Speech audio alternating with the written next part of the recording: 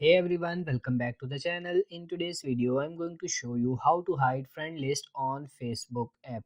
I'm going to show you exactly how to do this. So for this, just open the Facebook application. So before opening the Facebook, you just have to make sure that you are using the latest version of Facebook application and then just open it up. Now tap on these three bars in the upper right corner. Then scroll down, tap on this settings and privacy. Now go for settings. And from here you just have to tap on this first option, profile settings, and now you can see these options. Again you have to go for this first option, privacy, and in privacy if you scroll down you can see this who can see your friend list option. Just tap on it and now you can see these options, public, friend and only me. So if you want to completely hide your friend list on Facebook, you just have to select this only me and your friend list is hide now. So no one is allowed to see your Facebook friends.